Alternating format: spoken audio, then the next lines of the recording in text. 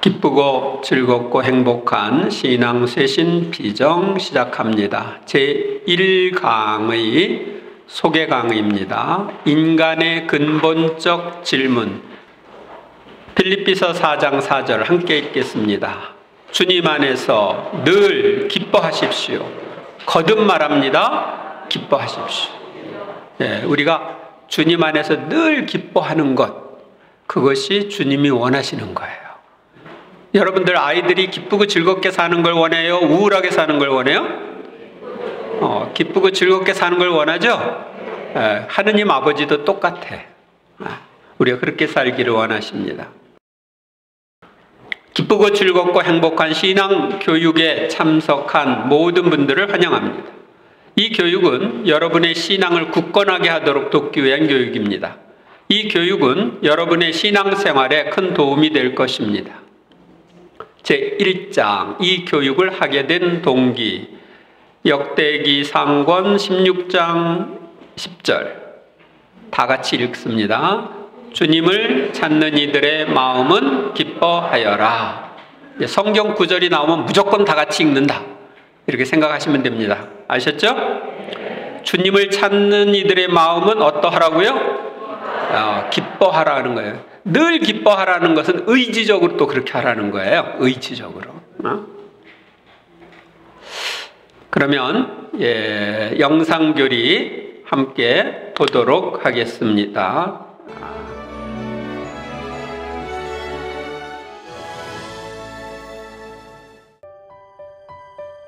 누구나 한 번쯤은 자신이 어디에서 와서 어디로 가는지 생각해 봅니다.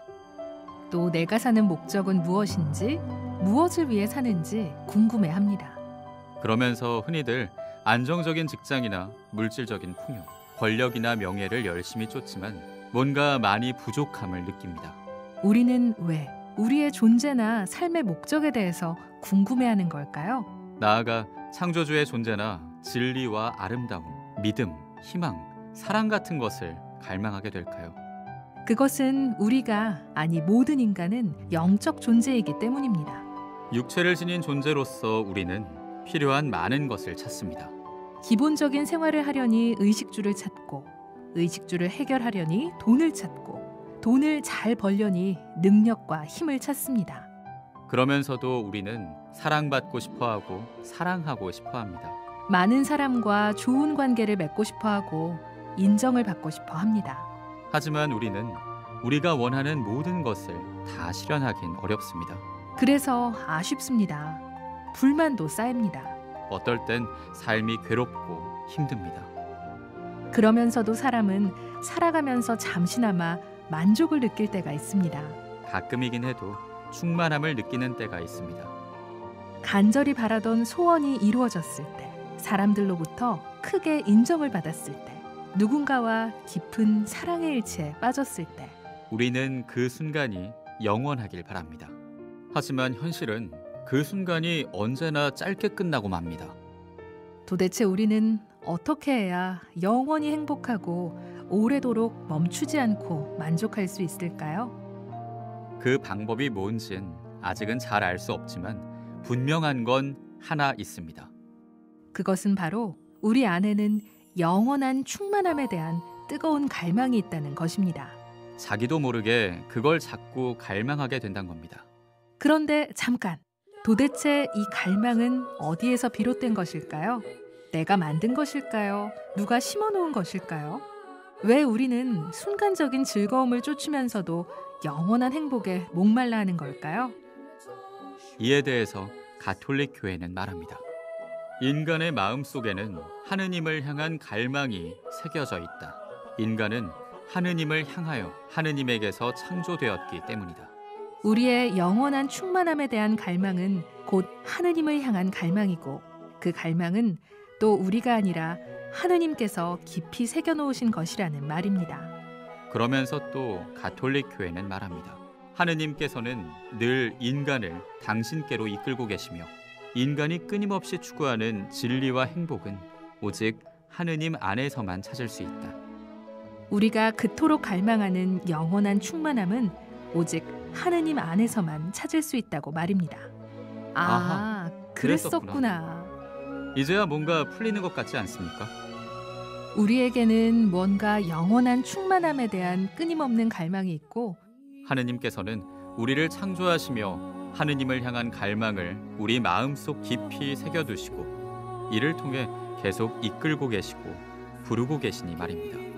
우리는 또 그 영원한 충만함을 우리 안에서는 도저히 찾을 길이 없는데 하느님께서는 우리가 그렇게나 애타게 찾고 끊임없이 추구하는 진리와 행복, 즉 영원한 충만함을 오직 당신 안에서만 찾을 수 있다고 하니 말입니다. 그러고 보면 우리는 모두 하느님에게서 와서 하느님께로 가고 있는지 모릅니다. 우리는 다만 그것을 느끼지 못하고 있었을 뿐이죠. 그런 우리에게 하느님께서는 당신에 대한 갈망으로, 달리 말하면 영원한 충만함에 대한 갈망으로 우리를 부르십니다. 어서 보라고, 이제는 알아채라고 부르고 또 부르십니다. 그리고 말씀하십니다. 네가 찾고자 하는 모든 것이 다 나에게 있다. 이제 남은 것은 오직 우리의 응답입니다. 여러분의 응답입니다.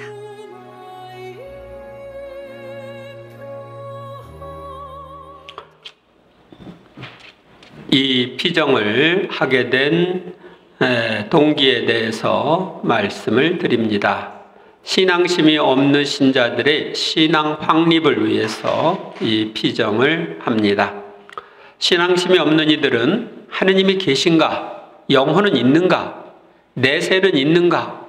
성경 말씀이 진짜일까? 등 신앙에 대한 여러 근본적인 질문을 합니다. 그리고 그 답을 듣고 싶어 합니다. 그리고 납득할 만한 답을 들으면 신앙을 받아들이게 됩니다. 그래서 신앙심이 없는 신자들의 신앙 확립을 위해서 이 교육을 합니다. 두 번째로는 새 신자들의 교회 생활 안내를 위해서 합니다. 새로 세례를 받은 신자들은 신앙생활을 어떻게 해야 하는지 잘 모르는 경우가 많습니다. 그들은 교회의 조직은, 내가 살 수 있는 단체는, 신앙이 성장하려면 어떻게 해야 하는가 등 알고 싶어 하는 것들이 많이 있습니다.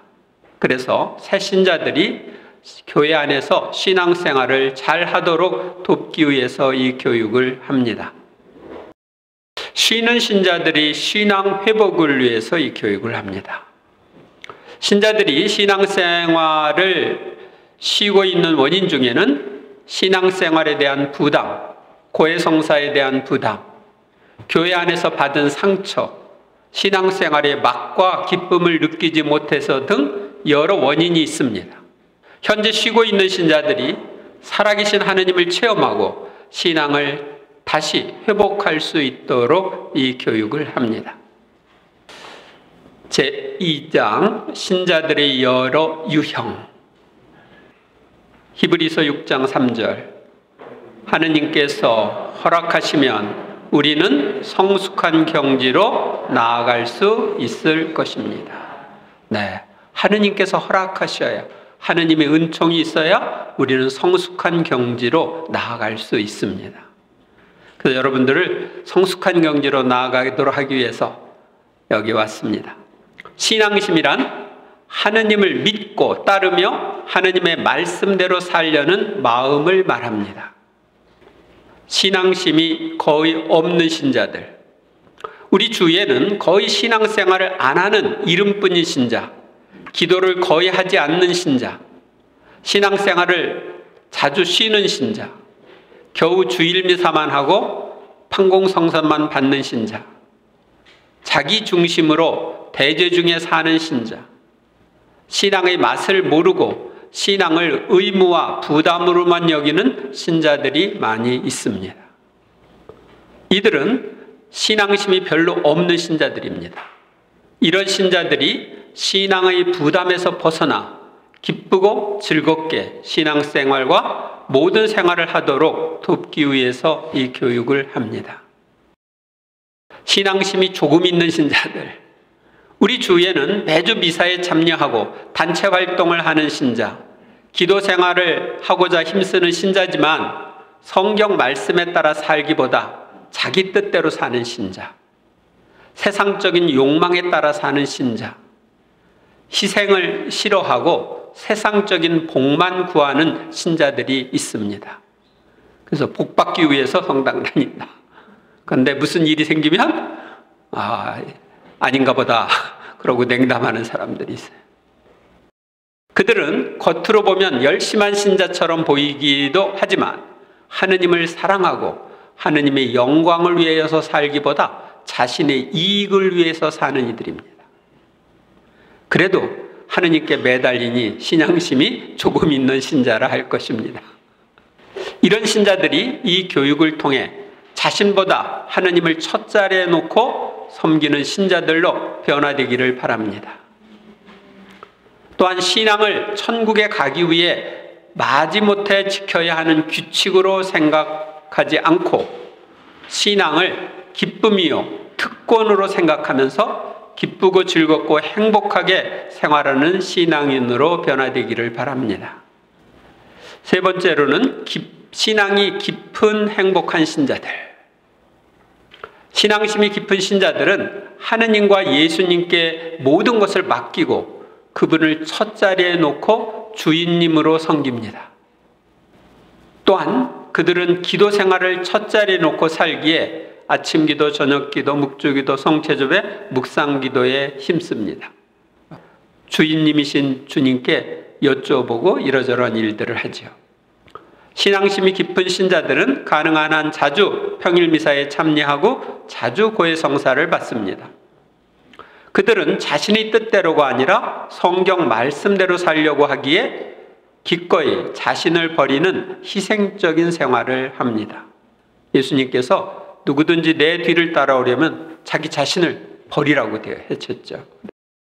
그들은 자주 하느님의 살아계심을 체험하고 하느님의 힘으로 성령의 능력으로 살고자 합니다. 그래서 매일 기쁘고 즐겁고 행복하게 신앙생활을 합니다. 우리는 모두 이런 신자 생활을 해야 합니다. 살아계신 하느님과 함께 이 세상을 살아가는 사람이 되어야 합니다.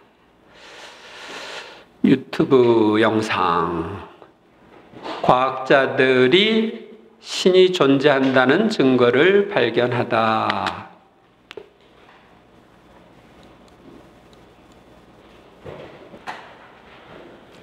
제3장 신의 존재 증명. 지금 과학자들이 신이 있어야 이 우주 만물이 존재할 수 있다는 것을 이야기했는데 이제 다른 차원에서 신의 존재 증명을 해보도록 하겠습니다. 이사야서 45장 12절. 바로 내가 땅을 만들었고 그 위에 있는 인간을 창조하였다. 바로 이 내 손으로 하늘을 펼쳤고 그 모든 군대에게 명령을 내린다. 그러니까 하느님이 분명히 성경에서 당신이 모든 걸 창조하셨다고 이야기하고 계셔요. 대부분의 사람이 묻는 근본적인 질문인 정말 하느님이 계시는지, 하느님이 계신 것을 어떻게 알 수 있는지에 대하여 먼저 알아보겠습니다. 먼저 성 토마스 아퀴나스의 신존재 증명 5가지와 다른 신존재 증명 2가지에 대해서 살펴보겠습니다. 우리는 이것을 통하여 하느님이 계시다는 것을 신앙인이 아닌 다른 사람에게 어느 정도 설명할 수 있습니다. 먼저 성 토마스의 신존재 증명. 창세기 1장 1절. 한 처음에 하느님께서 하늘과 땅을 창조하셨다. 운동을 통한 증명. 이 세상 모든 만물을 운동을 합니다. 그런데 움직이는 모든 것은 다른 것에서 그 움직임을 받습니다. 그러나 움직이고 움직임을 당하는 것의 연속성은 무한하게 계속될 수 없습니다.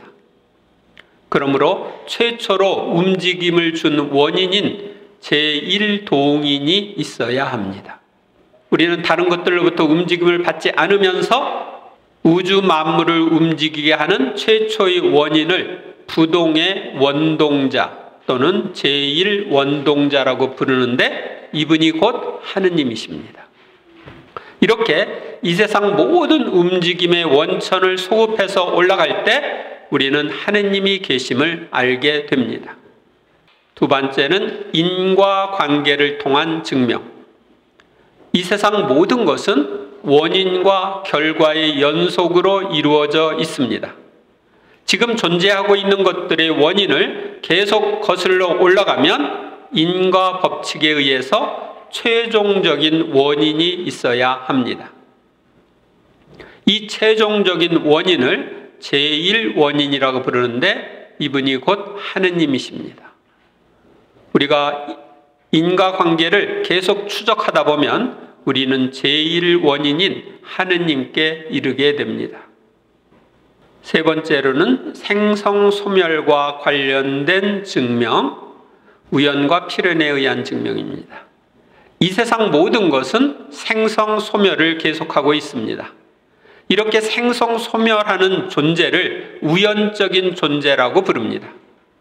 그런데 있을 수도 있고 없을 수도 있는 우연적인 존재가 있다는 것은 꼭 있어야 하는 필연적인 존재가 있음을 알려줍니다. 이 세상에 생성하고 소멸하는 우연적인 존재를 뒷받침해주는 존재, 변하지 않는 그 필연적인 존재를 하느님이라고 부릅니다. 이 세상 만물은 다 우연적인 존재이고 하느님만이 필연적인 존재입니다. 상대적 완전성에 의한 증명. 이 세상에 있는 만물은 서로 완전성에 있어서 차이가 있습니다. 생명이 없는 것보다 생명이 있는 것이 더 완전하고 생명이 있지만 감각이 있는 것이 더 완전합니다. 그리고 감각이 있는 동물들 가운데는 이성과 영혼이 있는 존재가 그것이 없는 존재보다 더 우월합니다. 그러니까 우리가 다른 동물보다 더 우월하죠. 우리는 이렇게 무생물, 식물, 동물, 인간 순으로 완전성의 계단이 있음을 볼 수 있습니다. 그리고 인간보다 더 우월한 존재로서 순전한 영을 가진 천사가 있고 그 위에 하느님이 계십니다. 이렇게 완전성의 계단을 계속 올라갈 때 최고로 완전한 존재를 생각하게 됩니다. 이 세상에 착한 사람들 중에도 어떤 사람은 덜 착하고 어떤 사람은 더 착합니다. 착한 부분에 있어서도 점점 올라가면 최고로 착한 분을 생각하게 되는데 그분이 바로 하느님이십니다. 그래서 하느님을 지선하신 분이라고 부릅니다. 지극히 선하신 분이라고 부르는 것. 또한 이 세상에는 아름다움에 있어서도 더 아름다운 것과 덜 아름다운 것이 있습니다. 이 아름다움의 정도도 계속 올라가면 최고의 아름다움에 이르게 되고 이 최고로 아름다우신 분이 누구요? 하느님이십니다. 이와 같이 진, 선, 미를 추구하다 보면 최고 진선미에 이르게 됩니다. 그리고 최고로 진선미한 존재는 다른 사물 안에 있는 진선미의 원인이어야 합니다. 우리는 다른 사물 안에 있는 상대적 완전성의 원인이며 절대적으로 완전하신 분을 하느님이라고 부릅니다. 고엘서 3장 11절. 그분께서는 모든 것을 제때에 아름답도록 만드셨다. 아름다운 꽃, 아름다운 경치를 보면 그것을 만드신 분은 얼마나 더 아름다우실까 우리는 생각하게 되죠.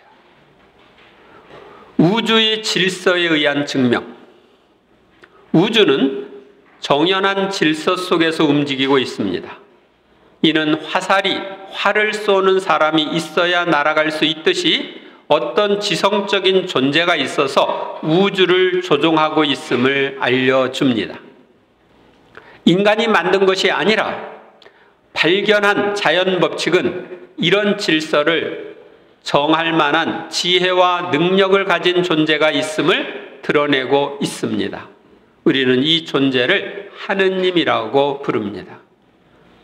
우리가 태양을 중심으로 해서 지구가 돌고 있죠? 근데 오차 없이 돌죠?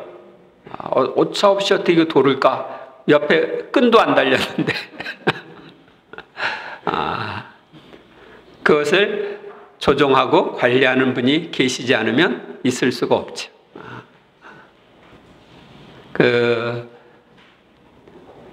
학자 중에 제가 읽은 책 중에 키르히네르라고 하는 사람이 있습니다. 그 사람이 무신론자 친구가 집에 찾아왔는데, 이 키르히네르 천문학자가 태양을 중심으로 해서 그 지구, 화성, 목성 이런 별들이 도는 기구를 만들었어요. 그래서 이렇게 돌리면은 정확한 주기로 이렇게 돌게 만들었는데, 그 무신론자 친구가 와가지고 이렇게 돌려보니까 정확하게 잘 돌거든요. 야, 신기하다. 누가 이거 만들었냐? 하고 키르히네르에게 물어보니까 누가 만들긴, 저절로 생긴 거야. 야, 농담하지 말고 누가 만드는 좀 얘기 좀 하라고 그랬어요. 그랬더니 그 천문학자가 너는 요렇게 조금 이렇게 움직여가지고 이렇게 잘 도는 거 이것 가지고도 누가 만들었느냐고 만든 사람을 찾는데, 이 신비한 우주 그것이 저절로 생겼다고 얘기하냐? 그걸 만든 존재가 없다고 얘기하냐? 하면서 대화를 했습니다. 그래서 결국은 그 무신론자인 친구가 신앙인이 되었다고 합니다. 다른 신존재 증명, 창세기 1장 21절, 하느님께서는 이렇게 당신의 모습으로 사람을 창조하셨다. 먼저 도덕론적 증명. 우리의 마음에는 바르고 선한 것을 행하고 인정하며 사악한 것은 행하지도 인정하지도 말라고 하는 양심이 들어 있습니다. 이 양심의 의무를 도덕적 의무라고 하는데, 이는 이해타산적인 결과에서 오는 의무가 아닙니다. 양심은 나의 이해타산과는 관계없이 선과 악을 구별해주며 나에게 악을 피하고 선을 행하라고 명령합니다. 우리의 도덕심과 양심과 선악의식과 의무감은 인간이 어떻게 살아야 하는지를 알고 이를 지키도록 촉구하는 초자연적인 존재가 실제한다는 것을 말해줍니다. 이렇게 나의 마음에서 악을 피하고 선을 행하라는 절대적인 명령을 내리시는 분을 우리는 하느님이라고 부릅니다. 아셨나요? 역사적 증명. 인류 역사를 살펴보면 인간 사회 안에는 언제든지 신에 대한 생각, 우리와 신관이 다를지라도 신에 대한 생각이 있었고, 사람들은 이를 언어와 제사의식과 장례의식을 통하여 표현했습니다. 이것은 인간에게 신에 대한 생각을 지속적으로 할 수 있게 하는 초월적인 존재가 있음을 암시합니다. 우리는 인류 역사 속에서 인간들에게 절대자에 대한 생각을 계속하게 하신 초월적인 분을 하느님이라고 부릅니다. 신과 내세. 시편 139편 13절. 정령 당신께서는 제 속을 만드시고 제 어머니 뱃속에서 저를 엮으셨습니다. 그러니까 어머니 뱃속에서 나를 누가 엮어줬어요? 하느님이. 신과 내세의 인식, 어느 민족이나 고대사를 연구해보면 공통적으로 자기보다 위대한 어떤 신을 찾는 갈망이 사람들 안에 있었음을 볼 수 있습니다. 그리고 그러한 신들을 섬기는 제사 행위가 어느 민족에나 있었음을 볼 수 있습니다.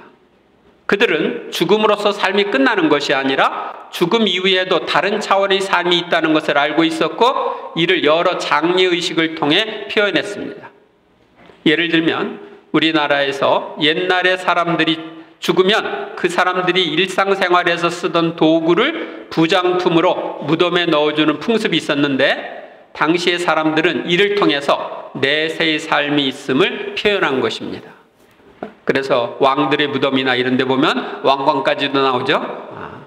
우리가 인류 역사를 살펴보면 자기보다 나은 어떤 절대자에 대한 인식이 있었고 또 내세에 대한 인식이 어렴풋하게 있었다는 걸 볼 수 있습니다. 그러나 내세에 대해서 확실하게 알지는 못했습니다. 왜냐하면 내세는 내세의 주관자이신 하느님이 그것을 열어 보여주어야만 알 수 있기 때문입니다. 그래서 그것을 계시라고 하죠. 열어 보이는 걸. 약 2000년 전에 하느님이신 예수 그리스도께서 이 세상에 오셔서 내세에 대한 올바른 말씀들을 우리에게 해주셨기 때문에 우리는 다행히도 내세에 대해서 어느 정도 알게 되었습니다. 그러나 지금 우리가 알고 있는 내세 역시 완전한 것은 못 됩니다. 예수님의 말씀과 사도들과 성인들의 가르침을 통해서 내세는 현세의 완성이라고 하는 차원에서 내세를 짐작할 수 있을 뿐입니다. 그래서 지금과는 비교가 안 되는 놀라운 내세를 여러분 죽은 후에 보게 될 겁니다. 성경에 나타난 내세. 구약시대의 이스라엘 백성들은 인간의 생명이란 살아서 활동하는 모든 작용을 포함하며 인간이 죄의 벌로 죽을지라도 인간의 존재는 계속된다고 생각했습니다. 유다인들은 영혼과 육신을 갈라서 생각하지 않았기 때문에 영혼의 불멸뿐만 아니라 육신의 부활도 생각했습니다. 마카베오 후서는 부활과 영생에 대한 믿음으로 죽은 이들을 위하여 기도하고 있습니다. 예수님 시대의 대부분의 유다인들은 의인은 죽은 후에 안식을 누리고 악인은 벌을 받는다고 믿었습니다. 예수님은 부자와 나자로의 비유를 통해 이를 지지하셨으며 부활한 인간은 천사와 비슷하게 된다고 말씀하셨습니다. 제4장 인간 존재. 창세기 2장 7절. 주 하느님께서 흙의 먼지로 사람을 빚으시고 그 코에 생명의 숨을 불어넣으시니 사람이 생명체가 되었다. 인간은 누구나 자신이 어떤 존재인지를 알고 싶어 합니다. 그리하여 끊임없이 다음과 같은 질문을 하며 해답을 얻고자 합니다. 나는 누구인가? 나는 너가 아닙니다. 나는 어떤 사람이 될 수 없습니다. 나는 나 이외에 아무 사람도 될 수 없습니다. 따라서 나는 나입니다. 나는 다른 사람이 될 수 없으며 다른 사람에게 나의 영혼을 빌려줄 수도 없습니다. 나는 일반 동물이 아닙니다. 다른 동물도 아닙니다. 다른 동물에게는 인격성이 없고 자아의식도 없습니다. 자아의식이 없으면 나는 누구인가라는 질문도 할 수 없습니다. 내가 동물이나 곤충과 같은 존재가 되기에는 나에게 너무나도 귀한 성품이 있습니다. 인격을 위시하여 이성과 양심과 미의 감각과 종교심과 사랑을 가지고 있습니다. 인간을 제외한 모든 동물에게는 창조주에 대한 예배 감정이 없습니다. 그러므로 나는 동물이 될 수 없습니다.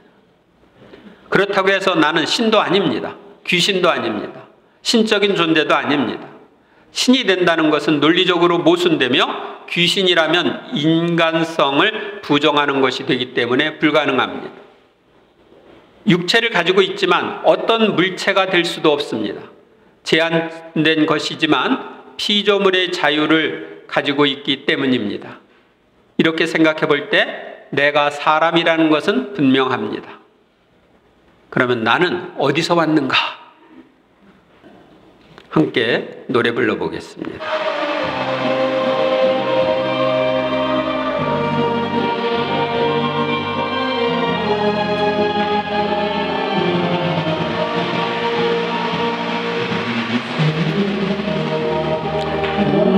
내게 어디서 왔다가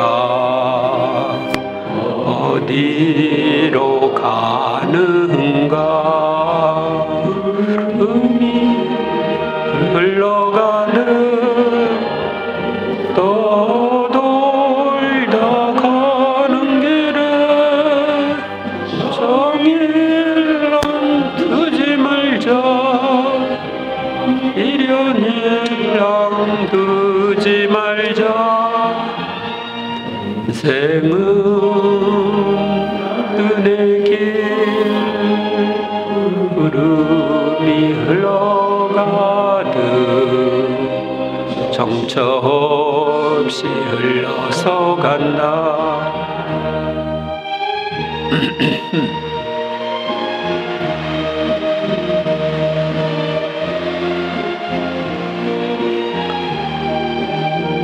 아는 분들은 크게 따라서 하고 모르는 분들은 작게 따라서 하세요.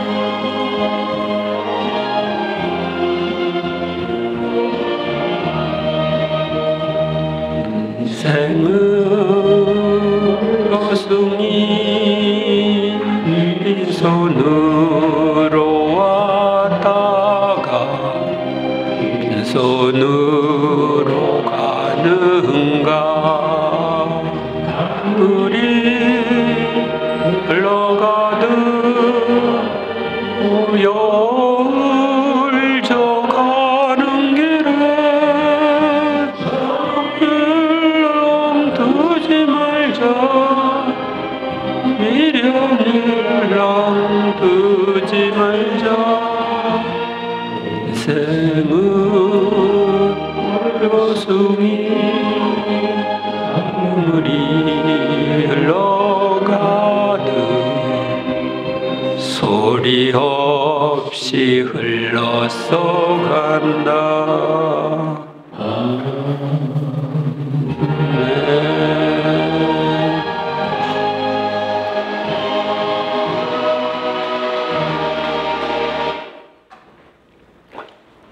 네.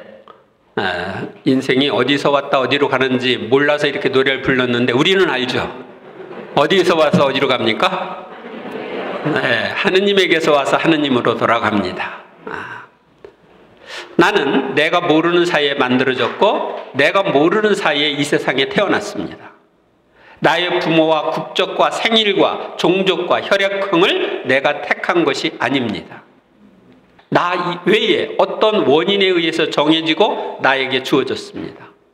아무리 우리에게 자유의지가 있다고 해도 이러한 객관적으로 정해진 것을 어떻게 할 수가 없습니다. 부모님 바꿀 수 있어요? 없어요. 혈액형 바꿀 수 있어요? 없어요. 나는 어디에서 왔을까? 나의 부모는 어디에서 왔을까? 나의 조부모는 어디에서 왔을까? 이렇게 생각할 때 우리는 한 시조에게서 왔다는 결론이 내려집니다. 그러나 한 사람에게서 난 인류가 어떻게 다양한 종족과 다양한 피부색을 가지게 되었는지 나는 알 수 없습니다. 여러 나라 신화에 의하면 사람이 하늘에서 내려왔다고 합니다. 그러나 어느 나라 신화도 사람이 기원에 대한 분명한 설명을 해주지 못하고 있습니다. 그래서 계속해서 질문이 던져집니다. 나는 어디에서 왔는가?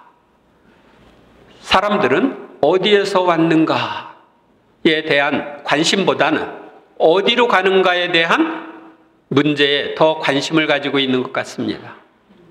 과거는 이미 지나간 일이기 때문에 알아야 할 필요를 느끼지 않으나 어디로 가는지에 대해서는 매우 관심이 큽니다. 사람이 죽으면 땅속에 묻힌다는 것은 다 알고 있습니다. 땅속으로 간다는 것은 사람이 흙에서 왔으니 죽어서도 흙으로 돌아간다는 것입니다. 육체가 썩어 흙이 되어버린다는 뜻입니다. 그런데 육체가 흙으로 돌아간다면 육체와 결합되었던 우리의 영혼은 어디로 갑니까? 세계의 많은 종교가 이에 대해 깊은 연구를 하고 있습니다. 그러나 어느 종교도 어느 철학자도 어느 의사도 인간이 죽으면 어디로 가는지 분명히 대답하지 못하고 있습니다. 그래서 오늘 또 계속해서 질문이 나옵니다. 나는 죽어서 어디로 가는가? 코엘서 12장 7절. 먼지는 전에 있던 흙으로 되돌아가고 목숨은 그것을 주신 하느님께로 되돌아간다. 분명히 성경은 답을 주고 있는데 성경을 떠나서는 우리가 답을 얻을 수가 없어요. 그러면 인간은 어떤 존재인가? 창세기 3장 19절. 너는 흙에서 나왔으니 흙으로 돌아갈 때까지 얼굴에 땀을 흘려야 양식을 먹을 수 있으리라. 너는 먼지이니 먼지로 돌아가리라. 인간은 한없는 갈망을 가진 존재입니다. 어느 날 어느 때든지 충족되지 않는 갈망이 없는 때가 없습니다. 어떻게 하면 건강하게 오래 살까 하는 장수요, 더 많이 갖고 싶어 하는 무한한 재산요, 또는 영원히 지속될 행복과 사랑, 그리고 절대선을 추구합니다. 이렇게 인간은 유한한 존재이면서도 절대적인 것, 무한한 것을 추구하는 한없는 갈망을 가진 존재입니다. 또한 인간은 위대하고도 비참합니다. 인간은 찬란한 문화유적을 가지고 있고 과학을 발달시켜 자연을 지배하고 달에까지 갔다 왔습니다. 오늘날 인간이 이룩한 현대 문명의 찬란함은 인간의 위대함을 알려줍니다. 그러나 인간은 늙고 병들고 죽어가기에 비참합니다. 인간은 자신의 업적을 세상에 남기나 결국은 죽어갑니다. 인생이 죽음으로 끝난다면 비록 업적을 남겼다 해도 아무런 소용이 없습니다. 세상이 끝날 때는 남긴 그 모든 것이 무로 돌아가고 말 것이기 때문입니다. 그러기에 인간의 상황은 위대하고도 비참합니다. 인간은 이런 상황 속에서 자신의 존재의 의의를 묻게 됩니다. 그런데 이 물음에 답해주는 분, 보다 큰 행복, 영원한 행복을 갈망하는 인간의 마음을 충족시켜 주시는 분은 인간을 창조하신 하느님 뿐이십니다. 다른 데서는 충격되지가 않는 거예요. 5. 인간 존재에 대한 하느님의 계시. 창세기 1장 26절. 우리와 비슷하게 우리 모습으로 사람을 만들자. 그래서 그가 바다의 물고기와 하늘의 새와 집짐승과 온갖 들짐승과 땅을 기어다니는 온갖 것을 다스리게 하자. 그러니까 우리를 당신의 모습대로 만들었어. 그리고 온갖 것을 다스리게 만들었어. 인간이 자연적으로는 자신의 존재에 대해서 알 수 없기에 만물이 창조이신 하나님께서는 성경을 통해 인간이 어떤 존재인지를 계시해 주셨습니다. 하느님의 계시에 의하면 인간은 하느님을 닮은 피조물입니다. 하느님을 닮았기에 위대한 면이 있지만 유한한 존재이기에 비참한 면도 가지고 있습니다. 인간은 영과 육이 결합된 존재로서 육은 첫 시조인 아담과 하와로부터 내려오고 영은 어머니 태에 잉태될 때 하느님이 창조해 주십니다. 인간이 죽으면 흙으로 창조된 육신은 흙으로 돌아가고 인간의 영은 하느님께 나아가 세상에서의 행적에 따라 상이나 벌을 받습니다. 그리고 세상이 마치는 날 영과 육이 결합되어 공심판을 받습니다. 이것이 하느님이 우리에게 알려주신 계시입니다. 제5장 영혼의 존재와 불멸성. 창세기 2장 6절에서 7절. 땅에서 안개가 솟아올라 땅 거죽을 모두 적셨다. 그때에 주 하느님께서 흙의 먼지로 사람을 빚으시고 그 코에 생명의 숨을 불어넣으시니 사람이 생명체가 되었다. 그러니까 다른 것은 그냥 생겨라 하고 있는데 인간은 당신이 손수 빚었다. 그만큼 정성을 들였다 하는 뜻이죠. 인간의 육체는 죽어 없어지지만 인간에게는 다른 동물과 달리 불멸하는 영혼이 있다고 말합니다. 그러면 인간에게 영혼이 있음을 어떻게 알 수 있는지 알아보겠습니다. 이성작용. 지혜서 2장 23절. 정녕 하느님께서는 인간을 불멸의 존재로 창조하시고 당신의 본성의 모습 따라 인간을 만드셨다. 인간과 동물과의 차이는 무엇입니까? 인간에게는 생각할 수 있는 능력, 다시 말하면 이성작용이 있습니다. 인간에게는 이성작용, 정신작용이 있기에 인간은 다른 동물과 다릅니다. 다른 동물들은 100년 전이나 오늘이나 변화가 없습니다. 그런데 인간은 100년 전과 비교하면 엄청난 차이가 있습니다. 100년 전에는 TV나 컴퓨터도 없었고 휴대폰이나 인공위성도 없었습니다. 물론 인터넷이나 인공지능인 AI도 없었습니다. 인간에게는 창조적 사고력의 바탕인 이성이 있기에 발전이 있습니다. 이것이 인간과 다른 동물의 차이점입니다. 또한 이성작용은 다른 동물처럼 감각적이고 본능적인 것 이외에 어떤 것이 인간에게 있음을 알려줍니다. 즉 감각적이고 본능적인 작용을 억제할 수 있는 능력이 인간에게 있음을 보여줍니다. 그래서 우리는 어떤 좋지 않은 것을 하고 싶은 충동이 일어나도 의지적으로 그것을 억제하고 안 할 수도 있습니다. 이는 본능을 억제하고 조절할 수 있는 이성작용이 인간에게 있음을 말해줍니다. 그런데 이러한 이성작용은 다른 동물과 달리 그런 이성작용을 하도록 하는 어떤 존재가 인간 안에 있음을 알려줍니다. 우리는 이를 영혼이라고 부릅니다. 영혼이 있기 때문에 이성작용을 할 수가 있는 것입니다. 그 다음에 양심. 로마서 2장 15절에서 16절. 그들의 양심이 증언하고 그들의 엇갈리는 생각들이 서로 고발하기도 하고 변호하기도 하면서 그들은 율법에서 요구하는 행위가 자기들의 마음에 쓰여 있음을 보여줍니다. 이러한 사실은 내가 전하는 복음이 가르치는 대로 하느님께서 그리스도 예수님을 통해서 사람들의 숨은 행실들을 심판하시는 그날에 드러날 것입니다. 우리가 양심에 따라 살았는지 안 살았는지 이런 거 심판 때에 드러나는 거죠. 인간에게는 어느 사람에게나 양심이라는 것이 있습니다. 양심이 어떤 사람은 아주 깨끗하고 맑지만 어떤 사람은 그렇지 않은 경우도 있습니다.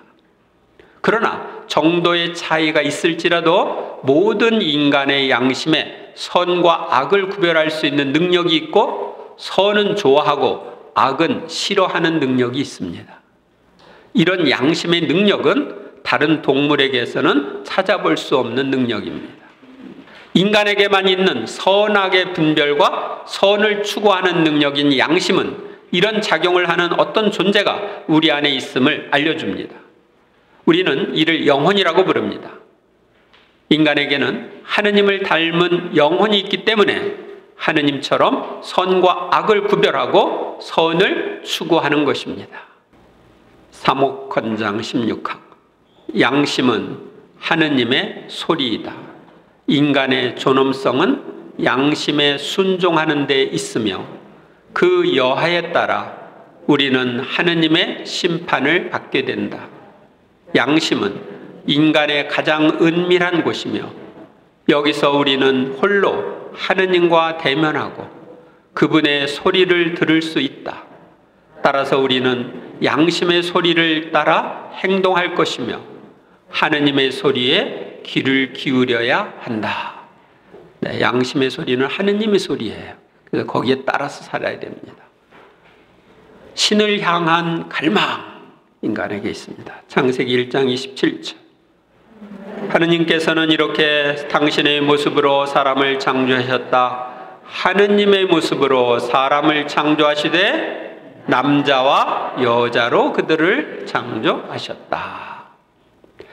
인간에게는 아름다운 것과 선한 것과 진실된 것을 좋아하는 경향이 있고 신을 향한 갈망이 있습니다. 즉 진선미 자체이신 하느님을 향하고 공경하는 마음이 인간에게 있습니다. 바로 절대자이신 하느님을 향한 갈망이 인간에게 있다는 것은 인간이 다른 동물과 구별되는 것입니다. 다른 동물에게는 하느님을 섬기는 행위가 없습니다. 그러나 인류 역사를 살펴보면 어느 민족이나 신을 섬기는 예배 행위가 있었습니다.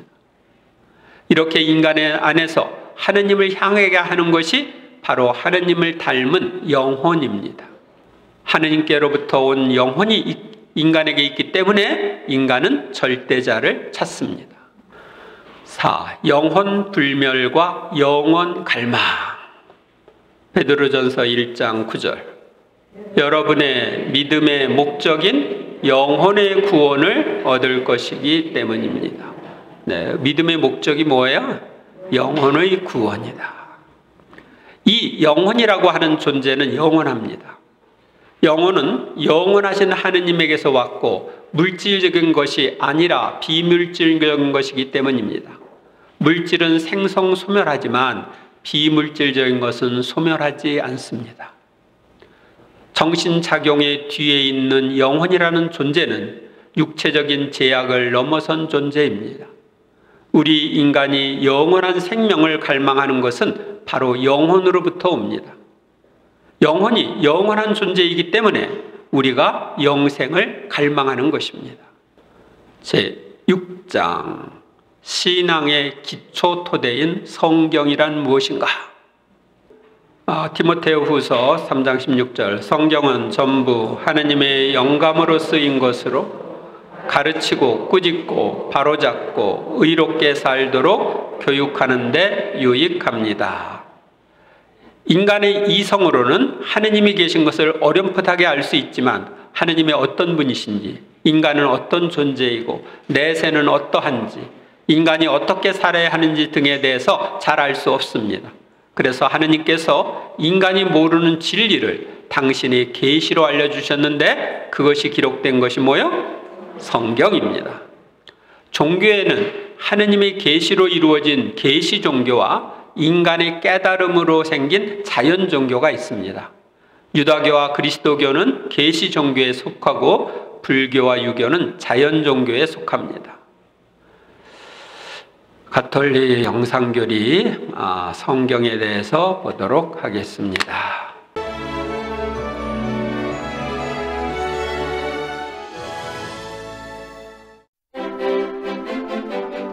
신앙생활에 성경은 왜 중요할까요? 성경 안에는 하느님께서 말씀하시는 구원의 진리가 있습니다. 지금 우리에게 전하시는 하느님의 말씀도 있고요. 특별히 예수 그리스도께서 왜 구약시대부터 기다려온 메시아이시고 신약시대로 와 무슨 말씀을 하셨고 어떤 행동을 보이셨는지 자세히 알려주고 있습니다. 그래서 예수 그리스도에 대한 신앙을 키우기 위해서 성경 읽기는 필수라고 하는데요. 어떻게 다들 성경 말씀과 열심히 만나고 계신지 모르겠습니다. 예로니모 성인은 성경을 모르는 것은 그리스도를 모르는 것이다 라고 하셨는데요. 자, 그럼 지금부터 성경에 대해서 한번 살펴보도록 하겠습니다. 먼저 성경은 우리에게 책으로 다가옵니다. 좀 두꺼운데요. 어떻게 구성되어 있을까요? 총 73권으로 구성된 성경은 크게 구약 성경과 신약 성경으로 나뉩니다. 구약 성경은 총 46권으로 예수님 탄생 이전까지의 기록입니다. 신약 성경은 총 27권으로 그리스도 탄생 이후의 기록입니다. 여기서 구약은 하느님의 옛 계약을 말합니다. 하느님께서 처음으로 당신을 드러내신 이스라엘 민족과 맺은 계약인데요. 메시아를 보내 이스라엘 민족을 구원하시겠다는 계약입니다. 다음으로 신약은 예수님을 통해서 인류에게 주신 하느님의 새로운 계약입니다. 하느님께서 당신의 아드님 예수 그리스도의 중개로 모든 인류와 맺으신 계약으로 구약의 완성입니다. 이를 좀 더 자세히 살펴보면 먼저 구약 성경은 모세오경과 역사서, 시서와 지혜서, 그리고 예언서로 구성됩니다. 창세기를 필두로 5권으로 이루어진 모세오경은 하느님과 인간 사이에 맺은 계약에 관한 기록이고, 역사서는 이스라엘 민족이 하느님과의 계약에 얼마나 충실했는지에 관한 기록입니다. 또 시편과 잠언 등으로 이루어진 시서와 지혜서는 하느님께 충실했던 인물들의 모범과 찬양, 지혜의 가르침에 관한 기록이고, 예언서는 예언자들을 통해 전하신 하느님의 말씀을 모아놓은 것입니다. 한편 신약 성경은 예수님의 탄생과 공생활, 죽음과 부활, 그리고 승천으로 완성된 하느님의 구원 사업과 교회의 시작에 관해 알려주고 있는데요. 그것을 직접적으로 보여주는 내 복음서와 예수님의 승천 후 교회의 탄생과 사도들의 행적을 기록한 사도행전, 그리고 사도들과 제자들이 개인과 교회 공동체에 보낸 서간들과 세상 마지막 날에 대한 희망을 담은 요한 묵시록으로 이루어져 있습니다. 내 복음서는 마테오, 마르코, 루카, 그리고 요한복음입니다. 모두 예수님의 생애와 가르침을 전하고 있는데요. 구약이든 신약이든 성경은 결국 예수 그리스도로 향하고 있기에 예수 그리스도야말로 성경의 핵심이라고 말할 수 있습니다. 그리고 전체 성경 안에서 구약 성경은 신약 성경을 밝혀주고 신약 성경은 구약 성경을 더 잘 이해하게 해줍니다. 성경의 저자는 하느님이면서도 동시에 인간입니다. 하느님께서는 성령을 통해 당신의 말씀을 성경의 저자들이 기록하게 하셨습니다.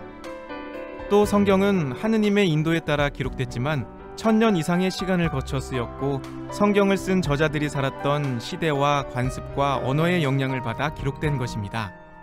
그래서 성경을 볼 때는 그 성경이 어떤 시대적, 문화적 배경 속에서 기록됐는지를 알면 더욱 좋습니다. 더불어 성경을 읽을 때는 성령의 도움을 청하며 읽는 것이 중요합니다. 성경을 기록하도록 영감을 주신 분이 성령이므로 성경을 읽고 해석할 때 역시 같은 성령의 인도를 받아야 오해 없이 그 내용을 제대로 이해할 수 있습니다. 성경은 우리를 참으로 하느님과 함께 살게 하는 생명의 양식이고 영혼의 양식입니다. 또 우리 삶의 바탕이 되는 모든 진리를 담고 있습니다. 그래서 우리는 성경을 자주 읽고 묵상함으로써 하느님의 뜻에 따라 살아갈 수 있는 힘을 얻을 수 있습니다. 하느님께서는 성경을 통해 지금 나에게 말씀을 건네시고 응답을 기다리고 계십니다. 당신 말씀은 제 발의 등불, 저의 길에 빛입니다.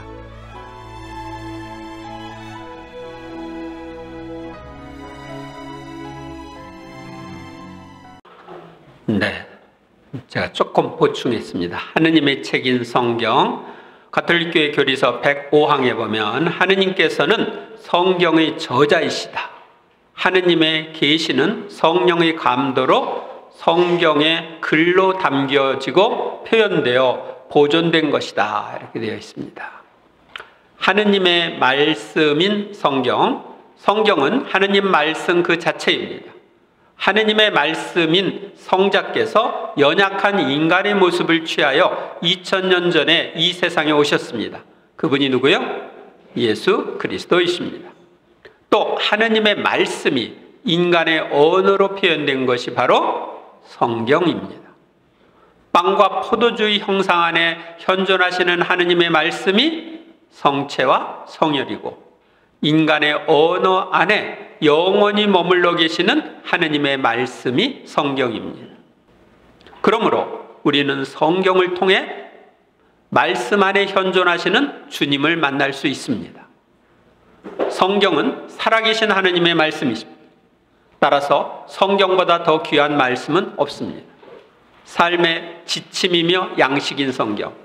하느님께서는 성경을 통해 당신의 뜻을 알려주시고 최선의 생활 방법을 깨우쳐 주시고 영원히 변치 않을 진리를 계시해 주십니다. 그러므로 우리는 성경을 자신의 삶의 지침으로 삼아야 합니다. 성경을 삶의 지침으로 삼을 때 하느님은 성경을 통해 우리에게 진리를 가르쳐주고 잘못을 책망하고 허물을 고쳐주십니다. 그러므로 성경에 나오는 하느님의 말씀을 삶의 양식으로 삼아야 하느님의 자녀답게 살 수 있습니다. 또한 성경은 능력의 말씀입니다. 하느님의 말씀인 성경을 통해 하느님의 일꾼은 그 모든 선한 일을 할 수 있는 자격과 준비를 갖추게 됩니다. 그러므로 하느님께 봉사하고자 하는 이들은 어떤 책보다 성경을 가까이 대해야 합니다. 책 중에 책인 성경. 세상에는 수많은 책이 있지만 성경만한 책은 한 권도 없습니다. 성경은 책 중에 책으로서 3,435개의 언어로 번역되어 보급되고 있는 영원한 베스트셀러입니다. 영원한 베스트셀러. 매년 성경만큼 많이 팔리고 있는 책이 없습니다. 또한 성경은 종교, 사회, 문화, 정치 등 인류 역사에 가장 많은 영향을 끼친 책입니다. 성경은 무수한 죄인을 의인으로 변화시켰고 지금도 가장 많은 사람에게 영향을 주고 있는 책입니다. 성경은 무수한 사람들이 그 내용의 참됨을 믿고 따르기 위하여 목숨을 바친 책이며 그리고 오늘날도 수백만 명의 사람이 자신의 전생애를 바쳐 증거하고 있는 책입니다. 지금도 사제들만 해도 한 40만 명, 수도자들 한 60만 명, 한 100만 명의 사람이 전생애를 바쳐서 증거하고 있습니다. 제7장 앞으로의 교육과정과 협력 방법 외 교육을 사도행전 17장 11절 그곳 유다인들은 데살로니카의 유다인들보다 점잖아서 말씀을 아주 기꺼이 받아들이고 그것이 사실인지 알아보려고 날마다 성경을 연구하였다. 앞으로의 교육과정, 기쁘고 즐겁고 행복한 신앙생 교육의 내용은 한국천주교 주교회에서 나온 가톨릭 영상교리 내용과 성령 안의 생활 세미나 내용에 신자들이 꼭 알아야 할 내용을 추가하여 만든 것입니다. 교육과정은 상황에 따라 달라질 수도 있습니다.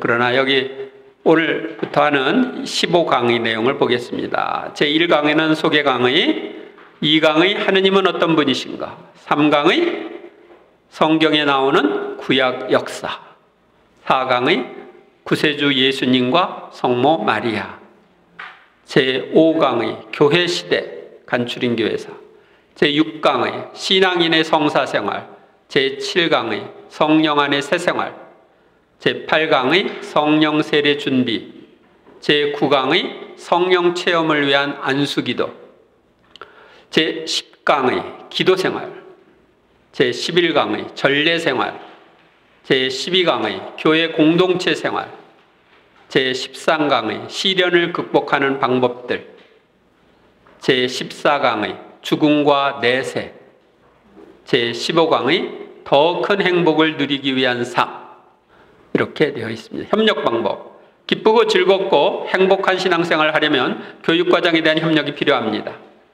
마귀들이 방해를 물리친, 마귀들은 우리의 신앙이 굳건해지고 성숙해지는 것을 가장 싫어하고 방해합니다. 그러므로 참석을 못하도록 방해하는 것들을 만들고 참석한 사람에게는 강의에 집중하지 못하도록 방해를 합니다. 그러므로 방해를 느끼면 즉시 예수님의 이름으로 명령한다. 사탄아 물러가라 고 명령하고 주모경을 바칩니다.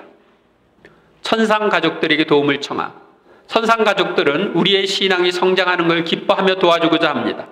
그러므로 성모님과 천사들, 성인들의 도움을 청하십시오. 그리고 연옥 영혼들에게도 도움을 청하시기 바랍니다.